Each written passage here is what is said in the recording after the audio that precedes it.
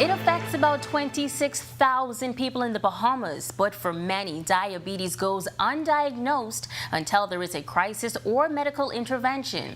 As Diabetes Awareness Month wraps up, our Christina Dragovich speaks with a certified diabetes educator about how important it is to take control of your health.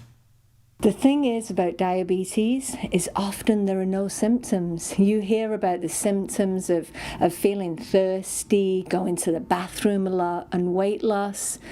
But more often than not, diabetes does not have any symptoms. Nurse Anita Cates, a certified Caribbean diabetes educator at Family Medicine Center, explains the only way to really know where your blood sugar stands is to visit a doctor and get a blood test.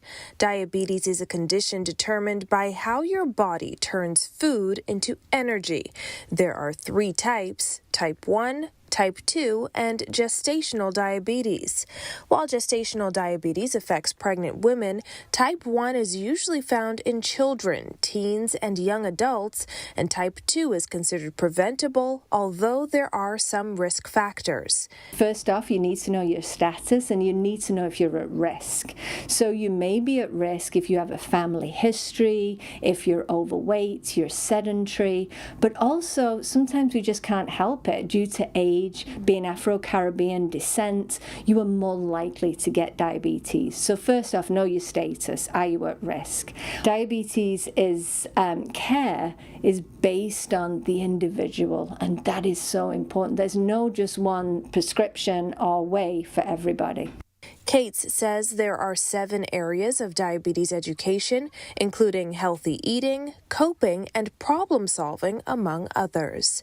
Managing sugar starts right at the basis of education. That is so important. The more you know about diabetes and management, the better off you're going to be. Whether you have diabetes, pre-diabetes, or a clean bill of health, Cates adds there's one thing you can do to ensure you stay healthy.